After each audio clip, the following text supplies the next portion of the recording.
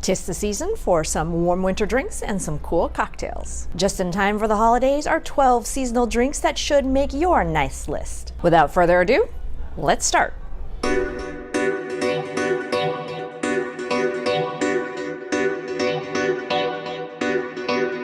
Coming in at number 1 is Chrystl's Hot Austrian Punch. A market right across from Union Square is Bluestem Browser II. This is a really chill bar scene, and for such a low-key restaurant, the cocktail menu is pretty imaginative, and the drinks are super yummy. The thing to get here is the Chrystl's Hot Austrian Punch. Chrystl's is Bluestem's signature drink, which is based off owner Adam Jedd's aunt's spiked punch recipe.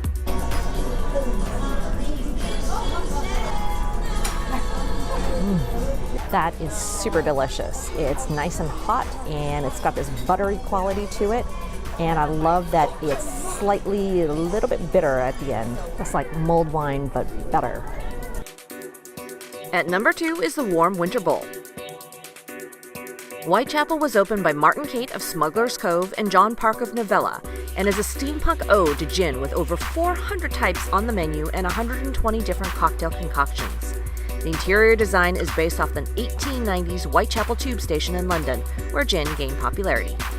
The Warm Winter Bowl is an adaptation of Charles Dickens' hot gin punch recipe, circa 1850, and comes in this nifty antique carafe, so you'll need to share with a few other people. I love how bright the flavor is, and the honey and lemon are reminiscent of a spiked hot tea. So delicious. And at number 3, you've also got to try Whitechapel's Dog's Nose. This is essentially a more refined Boilermaker with a combo gin and stout ale. The addition of the brown sugar and spices, however, completely transforms it. The finished cocktail tastes like a sweet sarsaparilla, so imagine an alcoholic root beer. At number 4 is a hot butt rum, aka a hot buttered rum.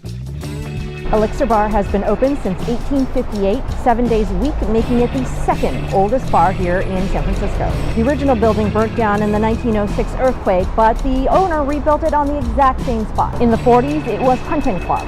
In the 60s and 70s, Swedes was a marine merchant bar. In the 80s, it was La Bandita, a gay bar. And then in the 90s, it became Elixir, a draft beer bar. In 2003, the current owner restored it as a whiskey bar, serving kick-ass, fanciful whiskey drinks.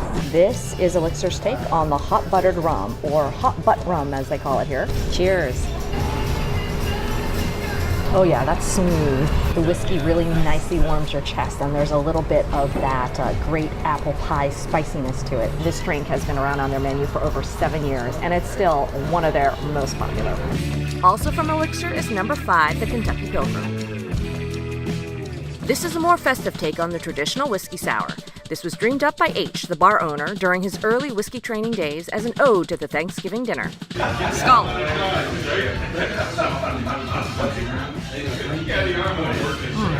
The predominant flavor is very citrusy, but there's also this really nice floral aftertone to it. There's definitely some heavy spice with the cardamom and the cinnamon, and those don't come out that strong at all. The owner recommended that I get this cold, but I think it would be kick-ass hot as well. The awesome thing about Elixir is that a lot of these recipes are proprietary, so you're definitely getting something unique when you come in. Next is a trio of martinis from Top of the Mark's annual 12 Days of Christmas Martinis. At number 6, we start with 11 Pipers Piping. Here in Nob Hill, located penthouse level at the Intercontinental Hotel, is Top of the Mark Restaurant and Bar. This is a great San Francisco bar scene due mainly to its spectacular city views and its live music every Wednesday through Saturday night.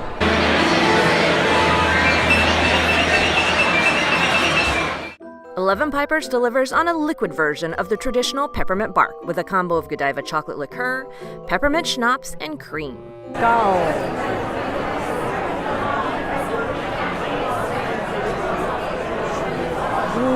Yummy. That's very creamy and milk chocolatey with just a hint of peppermint schnapps.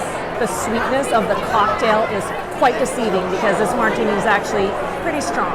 This is definitely very festive. At number 7 is 9 Ladies Dancing with another traditional holiday flavor, gingerbread.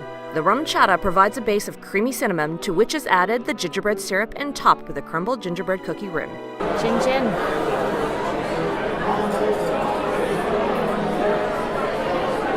same great martini, but this time with a gingerbread kick to it.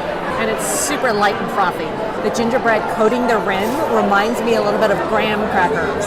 Make sure you're rotating your martini as you drink so you get every last bit of the gingerbread rim. And finally, at number 8 is a Partridge in a Pear Tree, which features, well, Grey Goose La Poire, or pear vodka, accented with a heavy dose of fresh lemon juice. Gombe.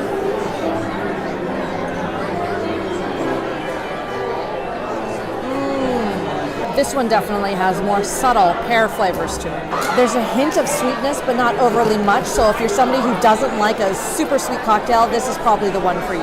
Generally, winter cocktails tend to be quite heavy, but surprisingly, this one is quite light while still retaining a lot of that festive spirit to it. At number 9 is San Francisco's original Irish coffee. The Buena Vista Cafe was first opened up in 1916 as a boarding house saloon and was named Buena Vista for its magnificent views. It originally served dock workers from the nearby sardine cannery, and later its Irish coffee put it on the map. Buena Vista is credited with bringing Irish coffee to the U.S. in 1952 when SF Chronicle writer Stanton Delaplane got together with the bar's owner Jack Copler, and they recreated a popular version of the beverage from Ireland's Shannon Airport. The city's then mayor, George Christopher, who also owned a dairy, helped them come up with a method for aging the cream 48 hours and then frothing it just so that it floats at the top. Buena Vista counts that it has served over 30 million cups of Irish coffee over the decades, and the recipe has pretty much remained the same. This coffee has been featured on Tyler Florence's Food Network show and The Originals with Emeril Lagasse.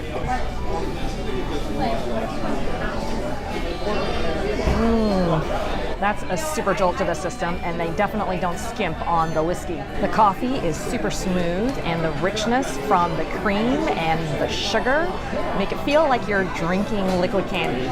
There's nothing complicated or pretentious about this. It's a good pick-me-upper right before you head back out there to Ghirardelli Square for some more sightseeing. At number 10, we head to Hayes Valley for Bar Agricole's Brandy Milk Punch.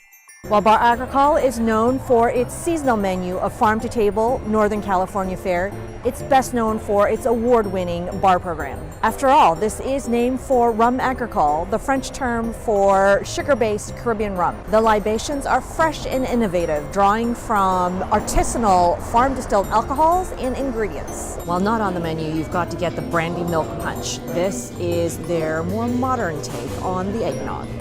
Cheers!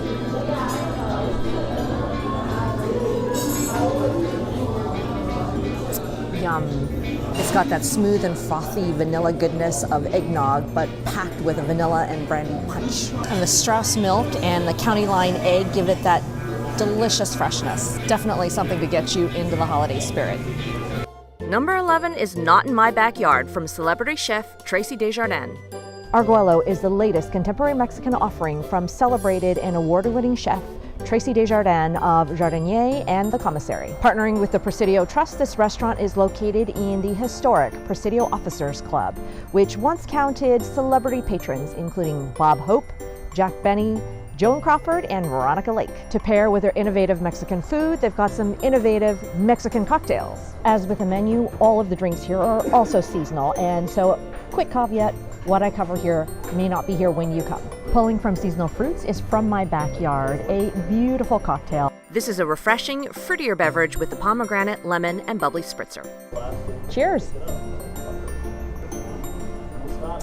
Yum. That's super refreshing. There's a little bit of that spritz from the soda, and I love that there's a little bit of an undertone of almost tamarind to it. The lemon is great as it gives it a little bit of tartness. This is the perfect drink as I sit here looking out over the Presidio and the bay.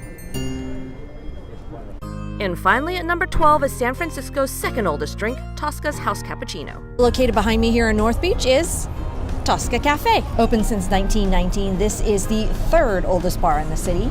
Originally opened by 3 Italians who returned from World War I just in time for Prohibition.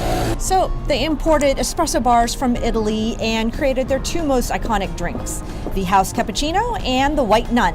And the rest is history. Very famous clientele have walked through their doors, including Lauren Hutton, the supermodel, Mikhail Baryshnikov, Michael Douglas, Lawrence Fishburne, and many, many more. The bar almost went down in 2013, but was saved at the last minute by actor Sean Penn, another longtime patron, who provided financial backing and convinced his friends, Ken Friedman and April Bloomfield, of New York's Spotted Pig to take over ownership. While they preserved much of the old cafe, there were a few changes. The house cappuccino is no longer made with espresso.